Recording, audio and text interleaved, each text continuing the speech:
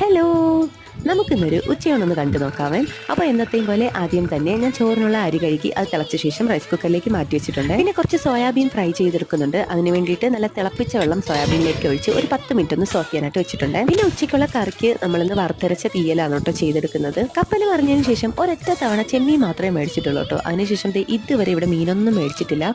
ഒത്തിരി പേര് മീനൊക്കെ മേടിച്ച് കഴിക്കുന്നുണ്ട് കേട്ടോ. അതൊക്കെ കാണുമ്പോൾ ഞങ്ങൾക്ക് മീനൊക്കെ മേടിക്കണമെന്ന് തോന്നും. പക്ഷേ ഓരോരോ ന്യൂസൊക്കെ കേൾക്കുമ്പോൾ മനസ്സിനെന്തോ വല്ലാത്തൊരു പേടി പോലെ. ഇനി എന്തായാലും കുറച്ച് ദിവസം മീനൊന്നും മേടിക്കാതെ ഇങ്ങനെ ഓരോരോ കറികൾ വെച്ച് ഉച്ചയോണങ്ങ് തള്ളി നിൽക്കാം. അങ്ങനെ സോക്ക് ചെയ്യാൻ വെച്ചിട്ടുള്ള സോയാബീനൊക്കെ എടുത്ത് നല്ലതുപോലെ ഒന്ന് പിഴിഞ്ഞ് മസാലയൊക്കെ പുരട്ടി ഒരു അരമണിക്കൂർ റെസ്റ്റ് ചെയ്യാൻ വെച്ചതിന് ശേഷം നല്ല ചൂടായ എണ്ണയിലേക്കിട്ട് വറുത്ത് കോരിയെടുക്കാമേ. പിന്നെ വെണ്ടയ്ക്ക മെഴുക്കുരട്ടി ചെയ്തെടുക്കുന്നുണ്ട്. ഇവിടെ എല്ലാവർക്കും ഏറ്റവും കൂടുതൽ ഇഷ്ടമുള്ള ഒരു ഐറ്റം ആണ് കേട്ടോ ഈ വെണ്ടയ്ക്ക മെഴുക്കുരട്ടി. പിന്നെ ഇതെല്ലാം കൂട്ടി ഞാനൊരു ലഞ്ച് ബോക്സ് വീഡിയോ ചെയ്തിട്ടുണ്ട്. കാണാത്തവരുണ്ടെങ്കിൽ ഒരു ചാനലിൽ കയറി കണ്ടു നോക്കണം കേട്ടോ. അങ്ങനെ ഉച്ചയൂണൊക്കെ റെഡിയാക്കി ഞാൻ പാത്രത്തിലേക്ക് വിളമ്പി സെറ്റ് ആക്കി വെച്ചിട്ടുണ്ട്. അപ്പോൾ എന്റെ ചാനൽ എല്ലാവരും സബ്സ്ക്രൈബ് ചെയ്യാതെയാണ് വീഡിയോസ് കാണുന്നെങ്കിൽ പ്ലീസ് ഒന്ന് സബ്സ്ക്രൈബ് ചെയ്ത് സപ്പോർട്ട് ചെയ്തേക്കണേ. അപ്പോൾ അടുത്ത വീഡിയോയിൽ കാണാം. ബൈ.